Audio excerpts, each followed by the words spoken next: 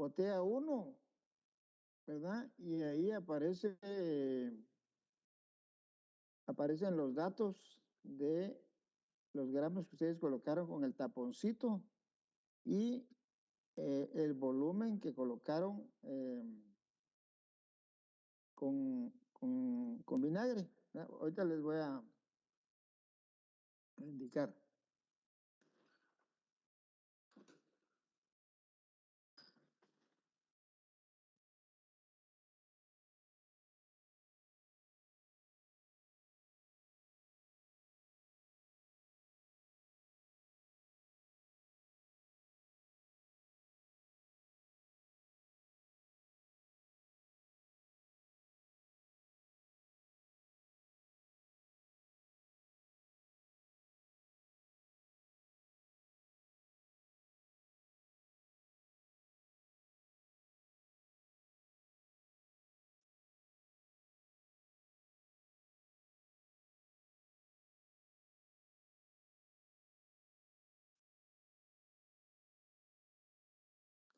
Bueno, entonces esos son los datos que yo les estaba indicando, que esto es para que hagan la práctica número 8, donde dice lo que es del reactivo limitante de la parte 2, ¿verdad? Aquí tienen ustedes la fórmula, datos para la práctica de porcentaje de rendimiento, donde dice el porcentaje de rendimiento es igual a la gramos del producto real. O sea, esto es lo que uno obtiene realmente al hacer el experimento, ¿verdad? Uno pesa las sustancias y obtiene cuánto se obtiene del producto, es de lo real. Y dividido entre los gramos de producto teórico. Teórico es lo que uno calcula de acuerdo a su ecuación balanceada por 100. Y entonces así va a tener uno el porcentaje de rendimiento. Pero entonces, para calcular el porcentaje de rendimiento, los gramos de producto real, como les indiqué, son los gramos que uno obtiene al hacer el experimento. Los gramos de producto teórico es lo que uno obtiene utilizando los datos de la ecuación por 100 y entonces ahí encuentra uno el porcentaje de rendimiento, ¿verdad? Entonces, ya esto que está aquí que les estoy mostrando yo, ya lo tienen ustedes subido en el aula virtual y entonces dice ahí datos para el porcentaje de rendimiento de dióxido de carbono de la reacción entre la reacción entre el bicarbonato de sodio y el vinagre, ¿verdad? Ustedes hicieron su experimento con unas botellas y colocaban bicarbonato de sodio y le agregaron vinagre, ¿verdad? Entonces, aquí dice que el vinagre es una solución que contiene 5 mililitros de ácido acético y 95 mililitros de agua, ¿verdad? Eso es el vinagre. O sea que una solución al 5% de ácido acético en agua es lo que forma el vinagre, ¿verdad? Y ese vinagre que venden en el supermercado, pues el Sharp tiene 5 mililitros de ácido acético y 95 mililitros de agua, ¿verdad? También, o sea que todo el vinagre no es ácido, ¿verdad? Sino que el vinagre es una solución de ácido acético en agua. Entonces, la densidad del ácido acético es 1.05 gramos sobre mililitro. Entonces, estos datos los tienen ustedes que usar, ¿verdad? Entonces, aquí tienen los datos. En la botella 1, ustedes colocaron una tapaderita de bicarbonato de sodio, ¿verdad? Y ese taponcito que ustedes colocaron equivale a 7.2 gramos. Es una tapaderita en la primera botella. Los mililitros de vinagre que colocaron, pues también fue una tapaderita. Y una tapaderita tiene 6 mililitros de, de vinagre. Entonces, de acuerdo a los datos que le están dando anteriormente, entonces, si 100 mililitros de vinagre, aquí 100 mililitros de vinagre contiene 5 mililitros de ácido acético, ¿verdad? Si ustedes colocaran 100 mililitros de vinagre, entonces ustedes están colocando 5 mililitros de ácido acético. Entonces ya tienen cuántos mililitros colocaron ustedes en la botella número 1, en mililitros. Y entonces con la densidad, ustedes pasan estos mililitros de ácido acético a gramos de ácido acético, que es el ácido que va a reaccionar con el bicarbonato. Entonces, la reacción que ustedes tienen que hacer es bicarbonato de sodio más ácido acético, ¿verdad? No van a poner ustedes bicarbonato de sodio más vinagre, porque el vinagre no tiene una fórmula, sino que lo que contiene el vinagre es el ácido acético. Y entonces, esto es para la primera botella. Entonces, ustedes tienen aquí que botella 1. ¿Eh? En la botella 1, colocaron ustedes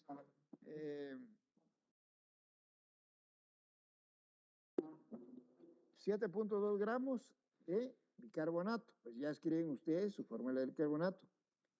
Y le agregaron 6 mililitros, o sea, una tapaderita de la botella de agua, ¿verdad?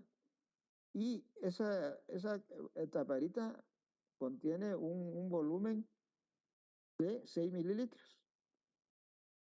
Pero esos 6 mililitros no son ácido acético, sino que son 6 mililitros de vinagre. Entonces ustedes dicen, si en 100 mililitros de vinagre tiene 5% de ácido acético, en 6 mililitros, que es una tapadita, va a contener eh, una cantidad de ácido acético.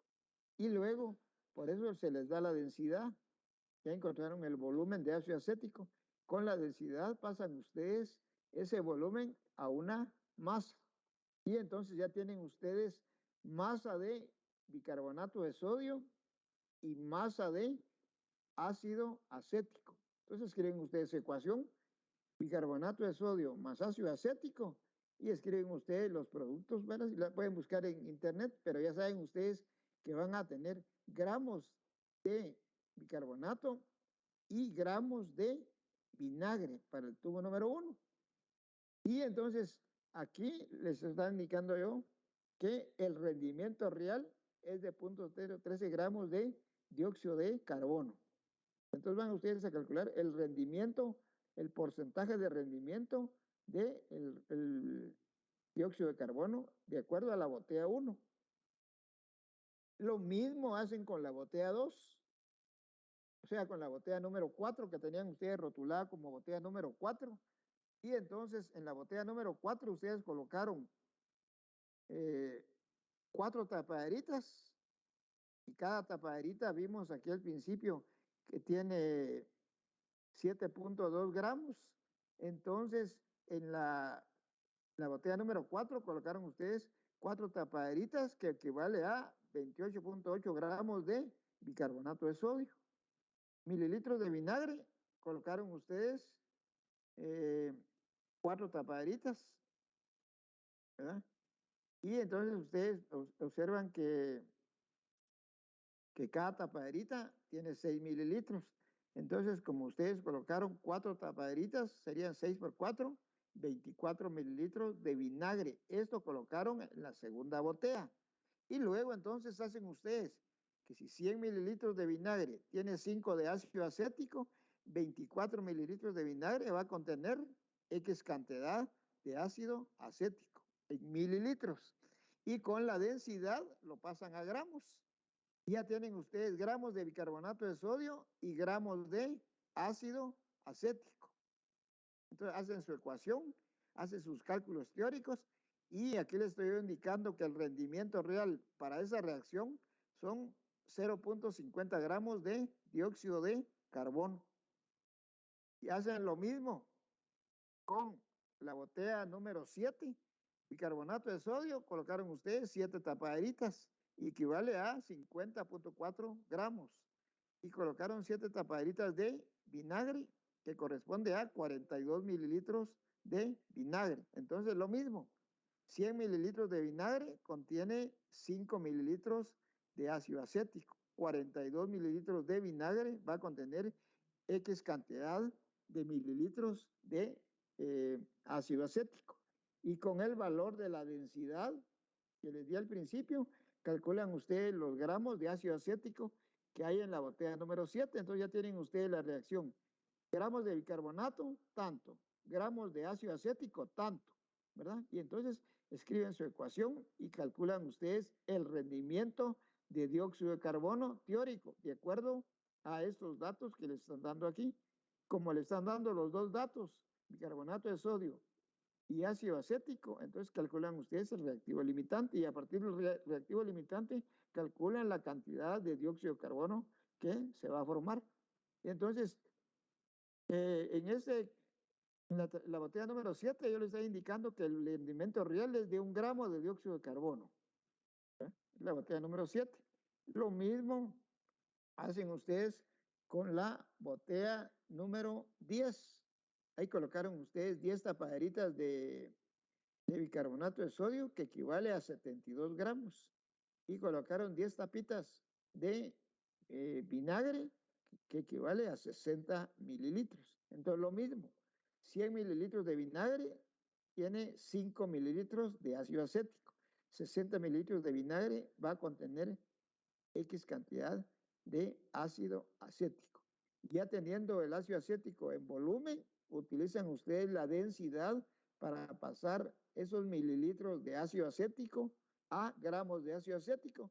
Y entonces ya tienen ustedes gramos de bicarbonato y gramos de ácido acético. Escriben su ecuación, calculan ustedes el reactivo limitante y luego a partir del reactivo limitante calculan la cantidad de dióxido de carbono que se produce y esa va a ser la cantidad teórica.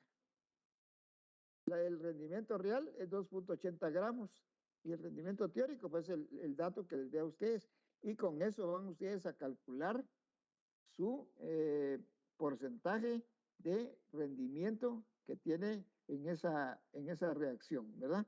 ¿Rendimiento de qué? Pues vamos a calcular el rendimiento del dióxido de carbono que se produjo en cada una de las botellas, ¿verdad? Y aquí tienen ustedes para calcular el porcentaje de rendimiento, gramos de producto real, ese fue el dato que yo les indiqué, gramos de producto teórico, es la cantidad de dióxido de carbono que se va a producir con la cantidad de ácido acético que hay en cada una de las botellas. O sea que el porcentaje de rendimiento lo tienen ustedes que calcular para la botella número 4, la botella número 1, para la botella número 4, para la botella número 7 y para la botella número 10, ¿verdad?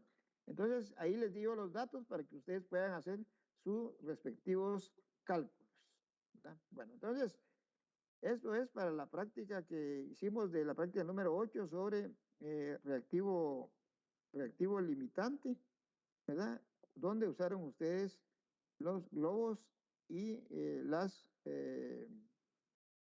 ácido, usaron el vinagre y el bicarbonato de sodio, ¿verdad? Bueno, entonces, eso es para la práctica de la vez pasada.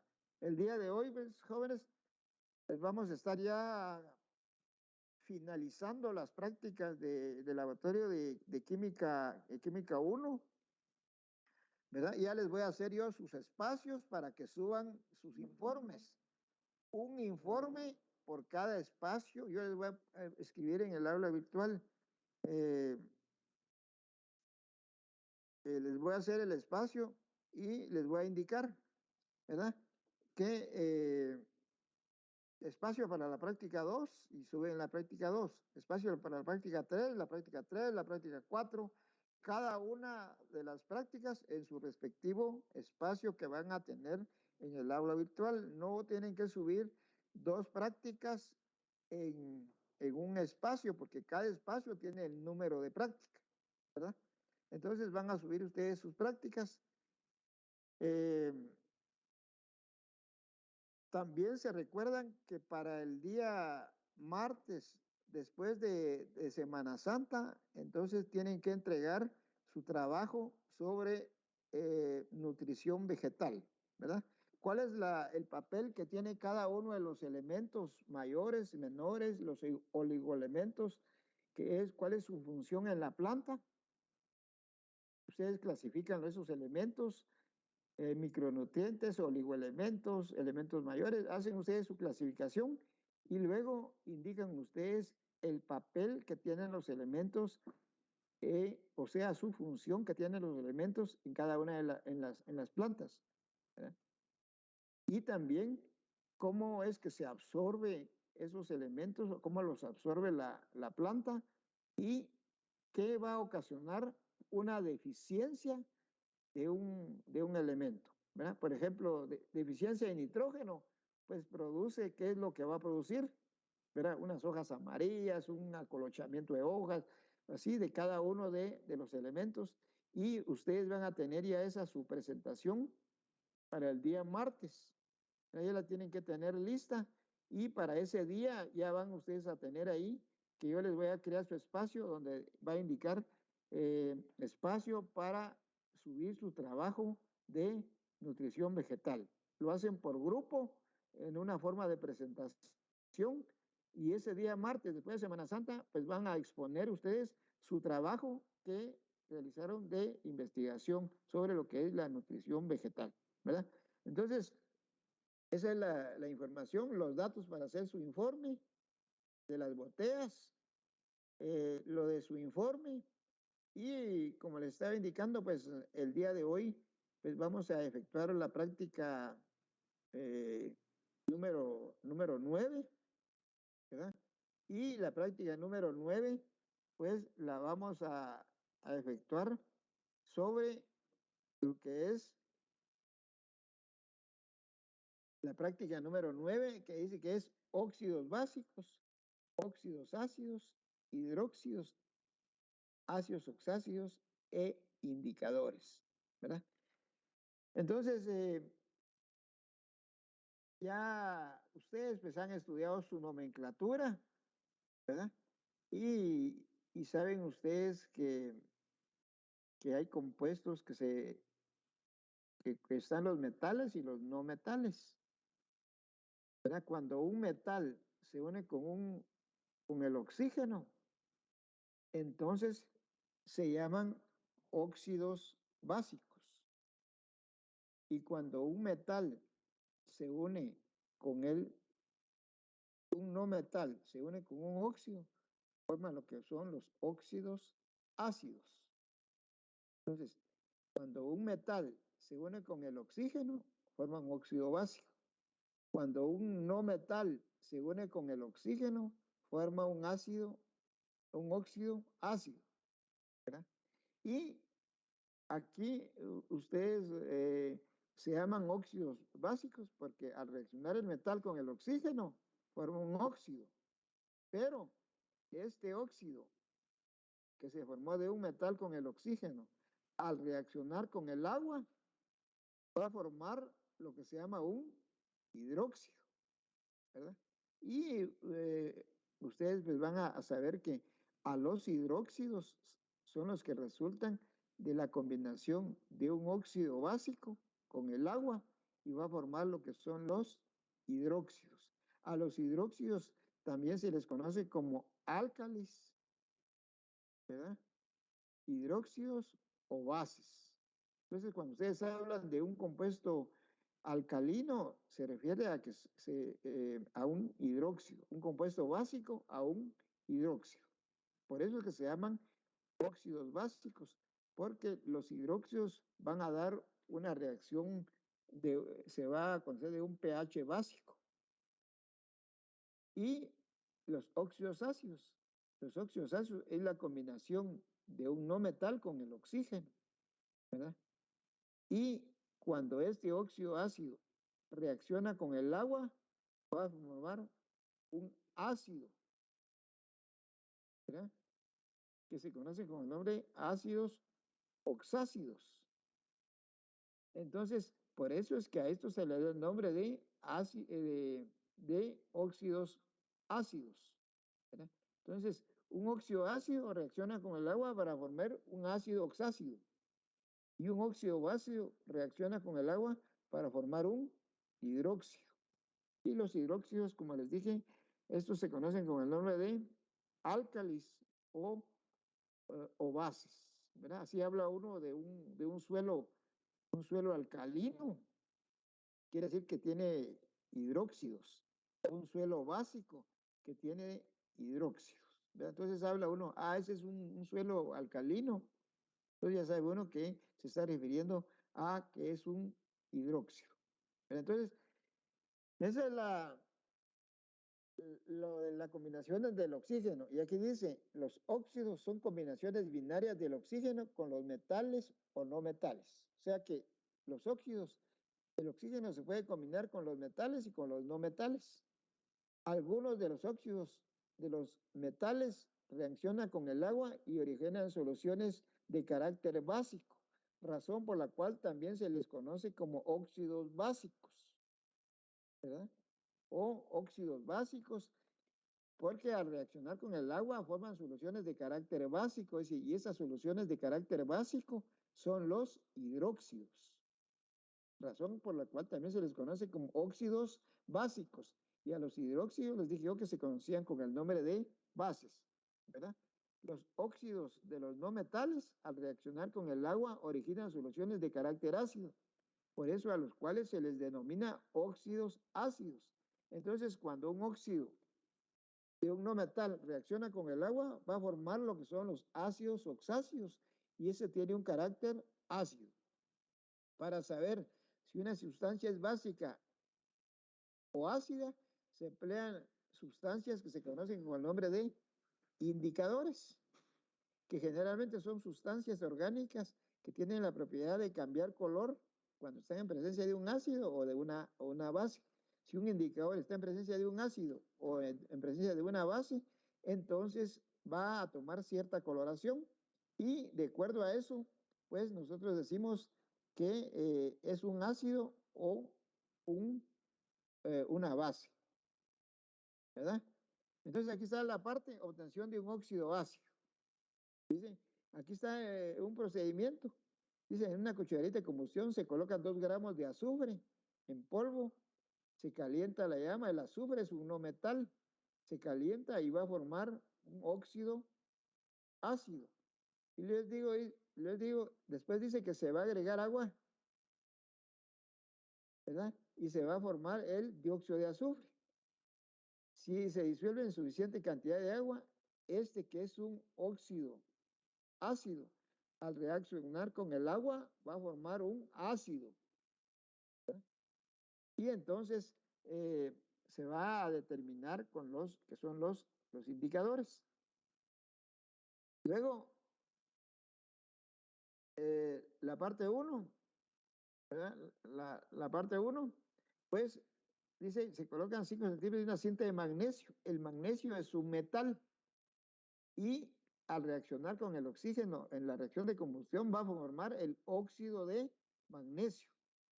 Y una vez formado el óxido de magnesio, se le agrega agua y al reaccionar el agua con el óxido de magnesio va a formar el hidróxido de magnesio, que este es un compuesto básico o lo que se llama un hidróxido, ¿verdad?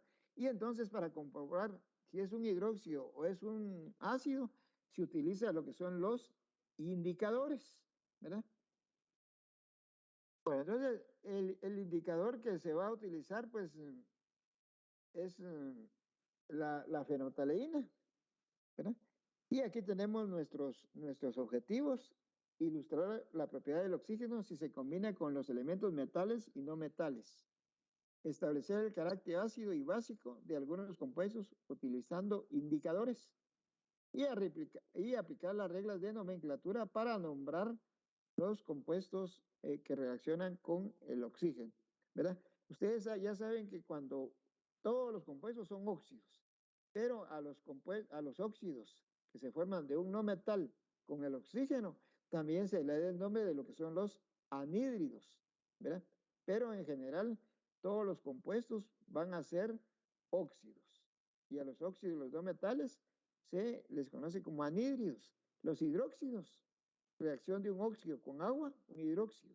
Y los oxiácidos reaccionan entre un óxido ácido y el agua, forma lo que se llama un compuesto ácido, un oxácido. Y si reacciona un hidróxido con un oxácido, forma lo que son las oxisales o lo que son las sales neutras, ¿verdad? Entonces, ahí tienen ustedes formación de un óxido con agua o un hidróxido. Si reacciona un hidróxido con el agua, si forma un óxido de un metal con agua, forma un hidróxido. Si reacciona un óxido de un metal con agua, forma un óxido ácido. Si un óxido ácido reacciona con agua, forma lo que se llaman los ácidos oxácidos. Y si reacciona un hidróxido con un ácido, va a formar lo que son las sales, ¿verdad? Entonces, tenemos los resultados. Ahí tienen ustedes los resultados que van a observar, ¿verdad? De la parte 1, resultados de la parte 2, ¿verdad? Entonces, en esto consiste la práctica de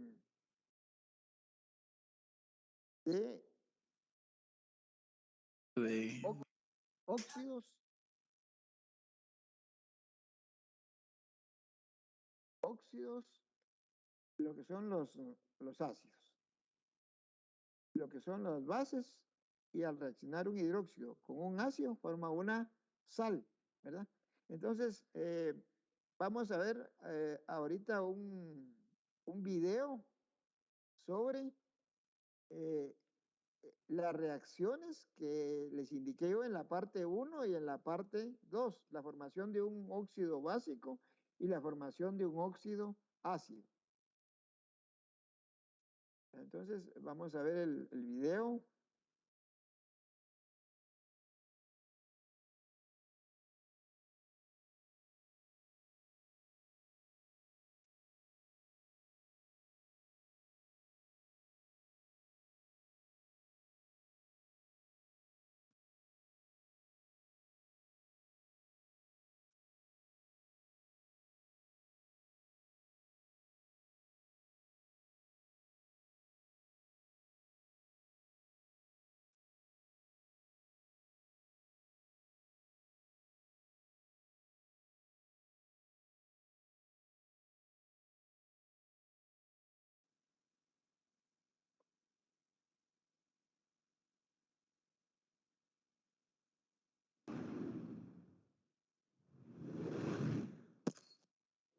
El día de hoy vamos a formar óxidos ácidos y óxidos básicos.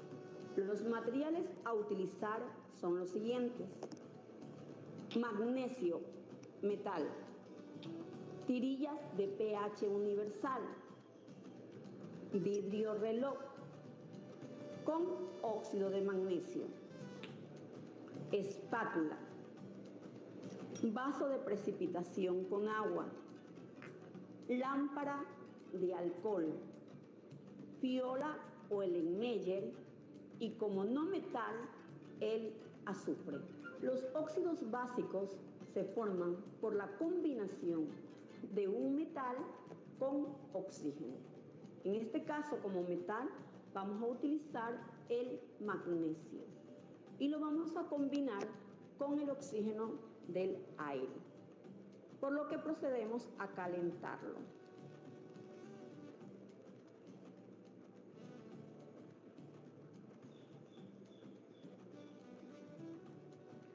Podemos apreciar que se forma el óxido de magnesio, que es un polvo blanco.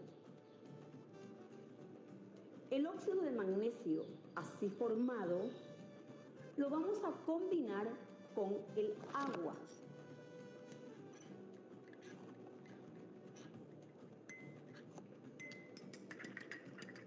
Procedemos a disolverlo y con la ayuda del calor lo seguimos disolviendo.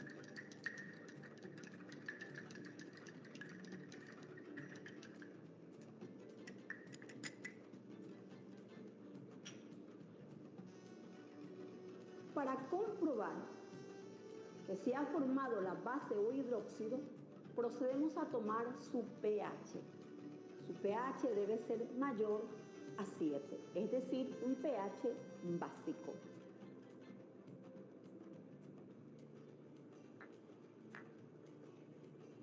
Tomamos la escala de las tirillas de pH universal y comparamos. Vemos que la escala coincide en 10, es decir, tiene un pH básico de 10. Vamos a formar los óxidos ácidos. Los óxidos ácidos se forman por la combinación de un no metal con el oxígeno. El no metal a utilizarse es el azufre, que es un polvo de color amarillo.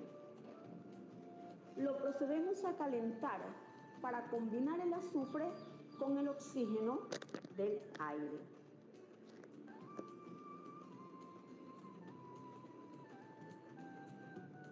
Se forma el dióxido de azufre, que es un gas de color blanquecino.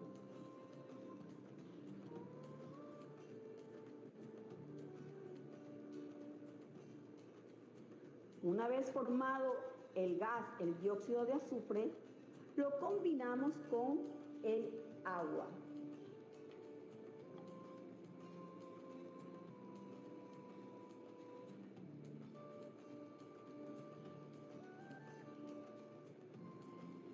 Observamos cómo en la piola comienza a desprenderse el gas.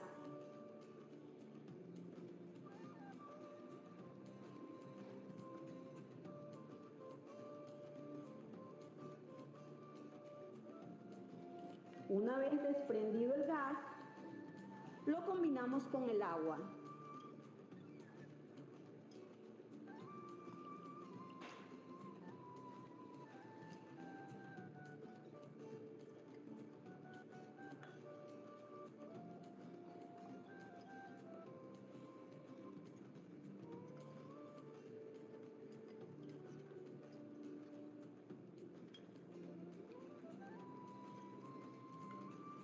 Y procedemos a tomar su pH.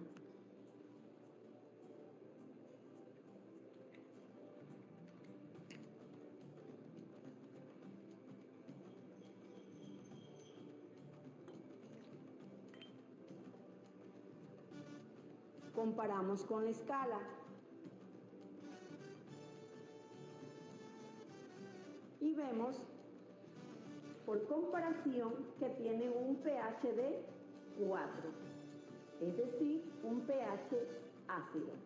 Se ha formado el ácido sulfuroso. Hemos visto por qué a los óxidos metálicos se los llama óxidos básicos y por qué a los óxidos no metálicos se los llama también óxidos ácidos.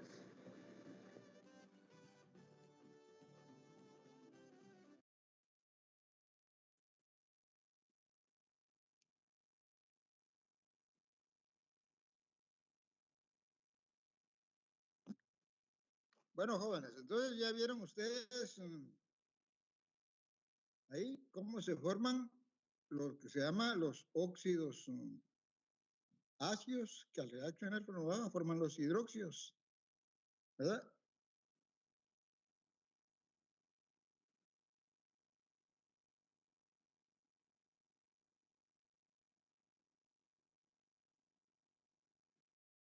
Que forman los hidróxidos, ¿verdad? Entonces ustedes van a escribirlas para su informe, pues escriben ustedes todo lo que es el tema de lo que son los óxidos, cómo se nombran, el sistema estequiométrico, Stock, ¿verdad? Y el sistema tradicional para nombrar los hidróxidos y los óxidos también.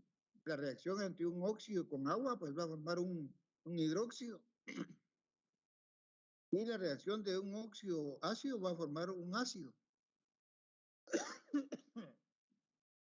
Como les dije yo,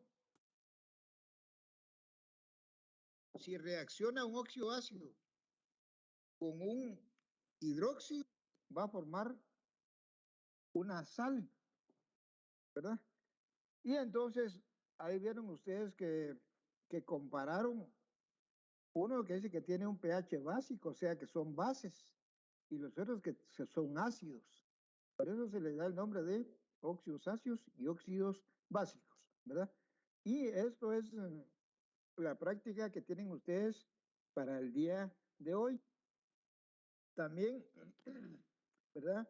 Les tengo otro video. En este video que yo les hice, ¿verdad? Este es un video que yo les elaboré. Entonces, eh,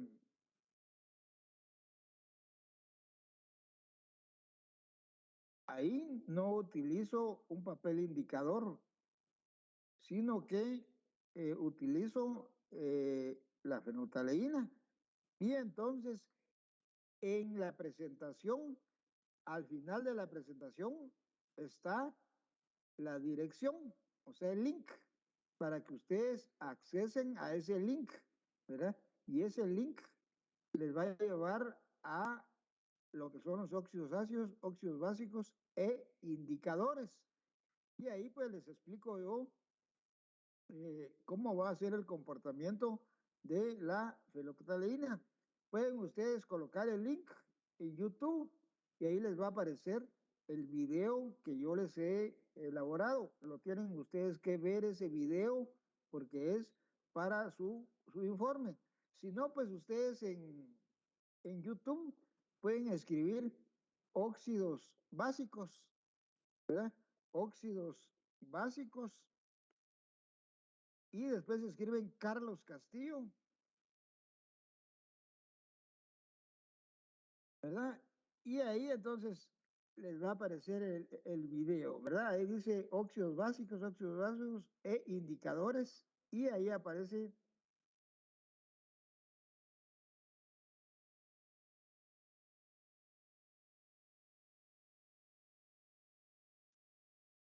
¿verdad?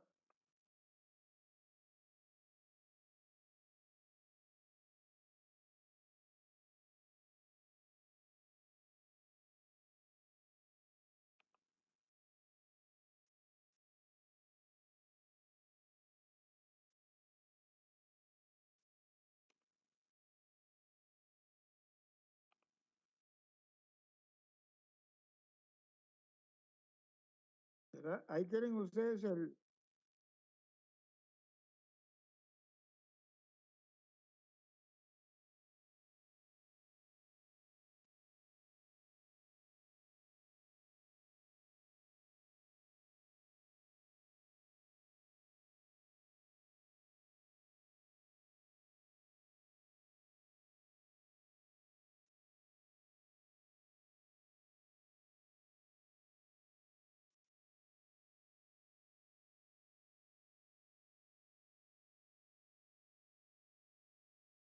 ¿verdad? Ahí están, ahí estoy yo utilizando la fenotaleína, miren, ¿verdad? Y entonces este video, pues, ustedes lo tienen que ver, ¿verdad? Y ahí les estoy indicando, en lugar de usar tiras indicadoras, pues estoy utilizando el papel pH, la fenolftaleína, y ahí les explico yo cómo cambia la fenolftaleína en un medio ácido y cómo cambia la fenolftaleína en un medio básico.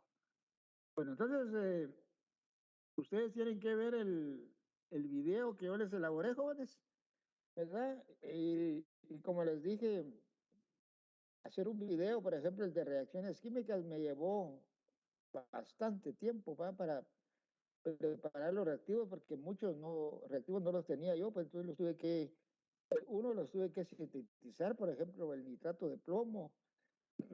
Tuve que poner el plomo a disolverlo en ácido nítrico, ¿verdad? Y entonces después le agregué agua y me llevó bastante tiempo para elaborar esos videos porque no tienen uno con todas las condiciones necesarias, pero les hice yo un total de 8 reacciones que ustedes las tenían que ver, clasificarlas. Y lo mismo ahora, les hice también con mucho esfuerzo y mucho tiempo dedicado para que hacerle este video de óxidos ácidos, óxidos básicos e indicadores, ¿verdad? Y en el video que ustedes vieron, ahí sintetizaron los óxidos que yo les presenté en la, en la presentación y ahí utilizaban papel indicador, papeles de pH, pero en el video que yo les hice, pues ustedes ven ahí cuál es el compuesto que yo estoy sintetizando, ¿verdad? Y cómo va a cambiar la fenolftaleína cuando se esté en un medio ácido, en un medio básico, ¿verdad? Ya esto de los ácidos y las bases, ¿verdad? Van a ser importantes para los suelos. Así se va a ir clasificando un suelo. Que dice, un suelo, este es un suelo es ácido. Entonces, ¿cómo lo van a hacer ustedes que es un suelo ácido? Por medio de lo que son los indicadores, ¿verdad? Este es un suelo alcalino, dicen ustedes, pero también es un suelo que se conoce como suelo básico. Entonces, ustedes se pueden referir a un suelo alcalino o a un suelo básico, ¿verdad? Bueno, Jorge, entonces, esta es la práctica número 9 sobre óxidos ácidos, óxidos básicos. Y como les indico yo en el video que ahora les elaboré, al reaccionar un hidróxido con un ácido oxáceo, se forma una sal, ¿verdad? Y vamos a ver en el siguiente semestre de Química 2, pues, que esa de reacción de entre un ácido con una base es lo que se llama una reacción de neutralización. Y eso es cuando un suelo es ácido, se neutraliza para llevarlo a que sea un suelo neutro, ¿verdad? Que hay unos cultivos que son importantes para un determinado valor de pH. Bueno, entonces, esto es todo por el día de hoy, jóvenes. No sé si tienen alguna pregunta. Una práctica corta, pero muy ilustrativa, donde ustedes ya tienen que poner sus conocimientos de su momento.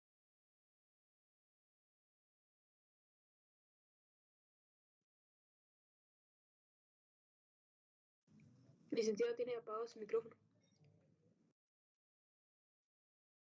Gracias. Entonces, como vieron ustedes, ¿verdad? Está un video, ahí van a estar los dos links de los dos videos. Un video es uno de YouTube donde les hicieron un óxido ácido y un óxido básico, usaron el azufre, ¿verdad? Y determinaron si eran ácidos o básicos utilizando papel indicador. En el video que yo les elaboré, pues utilizo otro indicador que es la fenolftaleína y ahí van ustedes a observar el comportamiento de la fenolftaleína en un medio ácido, en un medio básico. Y esta práctica pues es importante porque habla uno de un suelo ácido o un suelo alcalino. Entonces ya sabe uno a qué se está refiriendo y cómo supe yo que un suelo era ácido o un suelo era alcalino, pues se, se tiene que utilizar lo que son los indicadores de pH, las soluciones, como es la fenolftaleína, las tiras indicadoras de pH, y también se puede utilizar un pHímetro para determinar las condiciones del suelo, si es un suelo ácido, un suelo alcalino, ¿verdad? Hay unos cultivos que necesitan para su crecimiento un determinado pH. Entonces uno primero tiene que determinar el pH del suelo para obtener un mejor rendimiento. Cuando se aplica un fertilizante, entonces dependiendo del pH que se tiene en el suelo, pues así se va a absorber el fertilizante o puede ser que por el pH ustedes estén echando fertilizante, pero la planta no lo esté absorbiendo. Entonces, por eso es importante determinar las condiciones de acidez o basicidad de los suelos o, dice uno, condiciones de acidez o alcalinidad de un suelo, ¿verdad? Entonces, eso es la importancia, una práctica sencilla, pero muy bonita. Cuando ustedes vean el video que yo les elaboré, pues ahí les explico paso por paso el uso de la fenolftaleína, ¿verdad? Y ahí les explica que cuando un hidróxido, que es el resultado de un óxido básico con agua, se forma el hidróxido, y cuando un ácido oxáceo que se forma de un óxido básico con agua, entonces cuando reacciona el hidróxido con el ácido oxáceo, se va a formar una sal y a esa reacción se le va a dar el nombre de una reacción de neutralización, ¿verdad? Bueno, entonces, solo les recuerdo que después de Semana Santa, el martes que tengamos la próxima práctica, entonces eso ya va a consistir en que ya cada grupo va a comenzar a exponer su trabajo sobre nutrición vegetal. Como les repito, nutrición vegetal, ustedes hacen la clasificación de los elementos, ¿verdad? Buscan las diferentes clasificaciones. Hay unas de elementos mayores, menores, elementos, oligoelementos, microelementos, elementos en trazas, y hacen ustedes la clasificación y luego indiquen ustedes la función de cada uno de los elementos en la planta. También cómo es que se van a absorber cuando ustedes aplican, por ejemplo, nitrógeno de la urea. Entonces, ¿cómo es que se va a absorber el nitrógeno en la urea? Siendo la urea uno de los fertilizantes que más se utiliza en Guatemala, entonces ustedes ahí tienen que aplican urea para aportar el nitrógeno que necesita la planta. Entonces, dependiendo de la acidez, pues puede ser que el nitrógeno lo absorba la planta o no lo absorba. ¿Cómo lo va a absorber? Pues eso es lo que tienen ustedes que incluir en su trabajo. Y ya cuando hayan hecho eso de cómo se lo absorben los nutrientes de las plantas, cada uno de los elementos, entonces, ¿qué produce una deficiencia? ¿Verdad? Y sobre todo, pues, las características que va a tener la planta, ¿verdad? Con imágenes, dicen ustedes, bueno, una deficiencia de nitrógeno, pues produce tal y tal cosa, un amarillamiento de, las hojas se parecen amarillas, las hojas se pueden comenzar a poner color café o depende, ¿verdad? Esos son todos los signos que vamos a observar en la deficiencia de todos los elementos. ¿En qué la tienen que tener lista en forma de presentación? ¿Qué fecha la van a tener ya lista? Pues la van a tener para el día martes, ¿verdad? A las 12 del día. O sea, a mediodía ya tienen que haber subido ustedes su presentación como informe en el espacio que les voy a crear. Así a las 2 de la tarde, pues yo ya he revisado las presentaciones y vamos a comenzar por grupos. Y vamos a hacerlo de manera sorteada. No va a empezar un grupo, el grupo 1, grupo 2, sino que vamos a tener los total de papelitos y de acuerdo al número que va saliendo, ese es el grupo que le va a tocar exponer, ¿verdad? Bueno, entonces les voy a calificar yo el dominio del tema, el manejo de su tiempo. Yo les voy a indicar que más o menos van a tener unos 10 minutos para su exposición, ¿verdad? Y ustedes tienen que tener control de su tiempo. Bueno, jóvenes, entonces les voy a pasar su asistencia. Por favor, ¿están listos para su asistencia? Por lo menos las zonas de laboratorio, porque las clases, o sea, el último día de clase es el 6 de mayo. Entonces ya para el 6 de mayo, pues ustedes ya tienen que tener su zona de laboratorio. Como no han entregado varios informes, yo les voy a hacer el espacio y por favor traten de hacerlos bien hechos, porque si ustedes no ganan su laboratorio, pues no van a tener derecho a su examen del curso. Y también recuerden que el laboratorio tiene un valor de 30 puntos. ¿Verdad? Son 30 puntos que van a tener ustedes en el laboratorio. Por eso, los informes, que es lo, ¿verdad? Que tienen un mayor porcentaje. Luego tenemos su examen final de 5 puntos y su trabajo de investigación sobre nutrición vegetal de 5 puntos. 20 puntos son de sus informes, 5 del trabajo de investigación, 5 del examen final, un total de 30 puntos para su zona de laboratorio. Por eso les indico que sus reportes los tienen que hacer bien hechos. Al principio les digo las partes de que te llevaba un informe, cómo debían de realizar un informe, y así tienen ustedes que ir realizando todos sus informes. Bueno, jóvenes, entonces eso es todo por el día de hoy. No sé si alguien tiene alguna pregunta. Si no tienen alguna pregunta, pues me pueden escribir por WhatsApp, jóvenes. Ya saben que ahí les podemos comunicar en esa, por el WhatsApp, si no tienen ahorita alguna pregunta.